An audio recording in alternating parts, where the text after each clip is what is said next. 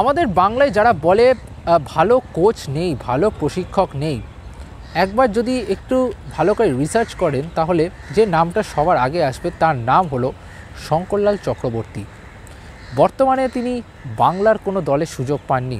তিনি রয়েছেন পাঞ্জাব এফসির সহকারী কোচ হিসেবে। বাংলার প্রথম এএফসি প্রো লাইসেন্স ডিপ্লোমা পাওয়া প্রশিক্ষক শঙ্করলাল চক্রবর্তী বাংলার কোনো দল পাচ্ছেন না। তিনি রয়েছেন সুদূর পাঞ্জাব এফসির সহকারী কোচ হিসেবে এবং কী দায়িত্ব পালন করছেন সেখানে সেটারই খোঁজ নিলাম এক্সট্রা টাইম বাংলা। চলুন জেনে নিই। SRMB जैसे SRMB TMT बार की विन ग्रिप टेक्नोलॉजी सीमेंट के साथ बनाए मजबूत पकड़। Grip is important. নমস্কার দর্শক বন্ধুরা, এক্সট্রা টাইম বাংলায় আপনাদের সকলকে স্বাগত। আমি সব্যসাচী রয়েছি এই মুহূর্তে জোহরাতি ক্রীড়াঙ্গন প্র্যাকটিস গ্রাউন্ডে এবং আপনারা অবশ্যই আমরা শেয়ার করব শঙ্করলাল চক্রবর্তীর কথা। অবশ্যই আপনাদের কাছে অজানা নয়, শঙ্করলাল চক্রবর্তী তার কোচিং কেরিয়ার সম্বন্ধে আপনারা সকলেই অবগত এবং আমরা কথা বলবো বাংলার প্রথম এএফসি প্রো লাইসেন্স পাওয়া কোচ, যিনি এই মুহূর্তে পাঞ্জাব এফসির সহকারী কোচ হিসেবে রয়েছেন। এখন যেটা নিয়ে আমাদের আজকের এই স্টোরি সেটা হলো কী দায়িত্বটা ঠিক পালন করছেন শঙ্করলাল চক্রবর্তী সহকারী কোচ হিসেবে। আমরা সচরাচর দেখি আমাদের মোহনবাগান কিংবা ইস্টবেঙ্গলে যারা সহকারী হিসেবে রয়েছেন, মোহনবাগানের ক্ষেত্রে বাস্তব রায়, ইস্টবেঙ্গলের ক্ষেত্রে বিনো জর্জ, তাদেরকে মূলত আমরা কোচের সাথে দেখি। কোচ যেটা করেন সহকারীরা তার সাথে সাথে থাকেন, তাদেরকে সাহায্য করেন, সেটা আমরা মূলত দেখি। শঙ্করলাল চক্রবর্তী এখানে কিন্তু কিছুটা আলাদা। কিভাবে আলাদা? তিনি মূলত যে যুব ফুটবলাররা রয়েছেন, পাঞ্জাব এফসির যে তরুণ ফুটবলাররা রয়েছেন, তাদেরকে নিয়েই মূলত কাজ করছেন। বলা বাহুল্য এখানে কিছুটা আবারও সেই বাস্তব রায় এবং বিনো জর্জেরই উদাহরণ টেনে বলতে হচ্ছে। তারা যেরকম রিজার্ভ দলটাও যেরকম দেখছিলেন, বাস্তব রায়ের ক্ষেত্রে সেটা গত বছর হয়েছিল, এবার ডেগি কার্ডোসও সেটা দেখছেন। বিনো জর্জ তিনি রিজার্ভ দলটাও দেখছেন, আবার সহকারী কোচের দায়িত্ব পালন করছেন। একই ভূমিকা কিন্তু শঙ্করলাল চক্রবর্তীরও।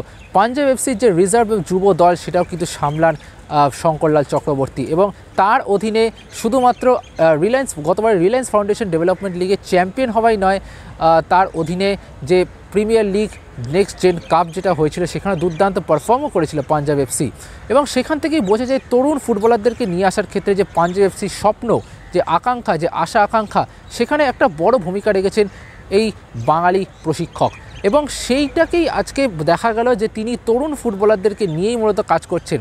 যেখানে আমরা দেখলাম হেড কোচ পানাগিওটিস ডিমপেরিস তিনি তার বিদেশি সহকারীদের নিয়ে বেশ যে তার মূল দল অর্থাৎ যে বিদেশিরা রয়েছে, তারকা ফুটবলার রয়েছে, তাদেরকে নিয়ে যেখানে কাজ করছেন, সেখানে শঙ্করলাল চক্রবর্তীকে দেখা গেল তিনি তরুণ ফুটবলারদের সাথে কাজ করছেন, তরুণ ফুটবলারদেরকে বোঝাচ্ছেন। তারা কিছু ভুল করলে সেই দায়িত্বটা কিন্তু শঙ্করলাল চক্রবর্তী, অর্থাৎ কোথাও গিয়ে দাঁড়িয়ে কিন্তু পানাগিওটিসের মতো তিনিও কিন্তু এই দলটার একজন অভিভাবক বটে। এবং অনুশীলনের পর আমরা কথা বলে নিয়েছিলাম শঙ্করলাল চক্রবর্তীর সাথে, তার সাথে অবশ্যই কথা বলে নিয়েছিলাম এবং তার আগে আমরা একবার শুনে নেব যে পাঞ্জাব এফসি হেড কোচ পানাগিওটিস তিনি কি জানিয়েছেন শঙ্করলাল চক্রবর্তীর সম্বন্ধে এবং তিনি এটাও জানিয়েছিলেন যে শঙ্করলাল চক্রবর্তী থাকাতে তারা অনেক বেশি সুবিধা লাভ করছে। So now I cannot tell you, of course, what are the details of his analysis, but the things that he saw and we didn't see because we watch it on the TV were really useful, and I hope that will be useful also for tomorrow. তো আপনারা শুনে নিলেন সেই বক্তব্যটা। এবার আসুন শুনে নিই কী বলছেন শঙ্করলাল চক্রবর্তী তার প্রতিপক্ষ ইস্টবেঙ্গলকে নিয়ে, তিনি কিভাবে কাজ করছেন নতুন কোচ পানাগিওটিসের সাথে এবং সব মিলিয়ে এই পাঞ্জাব দলটা কতটা তৈরি লাল হলুদ ব্রিগেডকে মুখোমুখি হওয়ার জন্য। আসুন দেখে নিই। ইস্টবেঙ্গলের বিরুদ্ধে একটা ম্যাচ অত্যন্ত কঠিন ম্যাচ হয়েছে। ইস্টবেঙ্গলকে অ্যাজ এ অপোনেন্ট কেমন দেখছেন?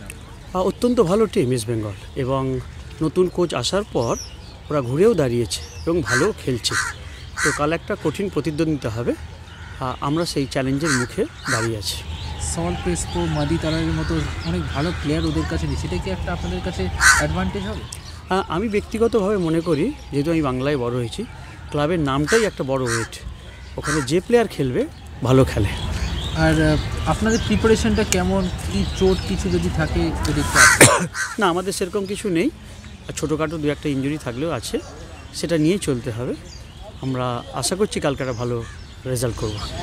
নতুন কোচ পানাগিওটিস তিনি এসেছেন, তার সাথে আপনি কিভাবে কাজ করছেন যদি একটু শেয়ার করেন। অত্যন্ত ভালো মানুষ, ভালো কাজ করছেন এবং সবচেয়ে যেটা হচ্ছে আমাদের ভারতীয়দেরও উনি জায়গা দিচ্ছেন। আর এবছর পাঞ্জাব এফসিতে খুব ভালো পারফর্ম করছে, 18 পয়েন্ট নিয়ে টপ 6-এ একটা ভালো লড়াই চলছে।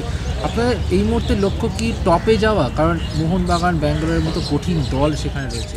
যতটা সম্ভব ওপরে যাওয়া আমাদের লক্ষ্য। এখন দেখা যাক, একটা লম্বা রেসের লিগ তো। Extra time.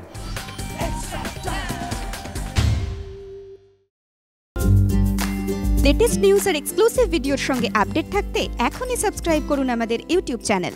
বেল আইকনে ক্লিক করতে ভুলবেন না যেন।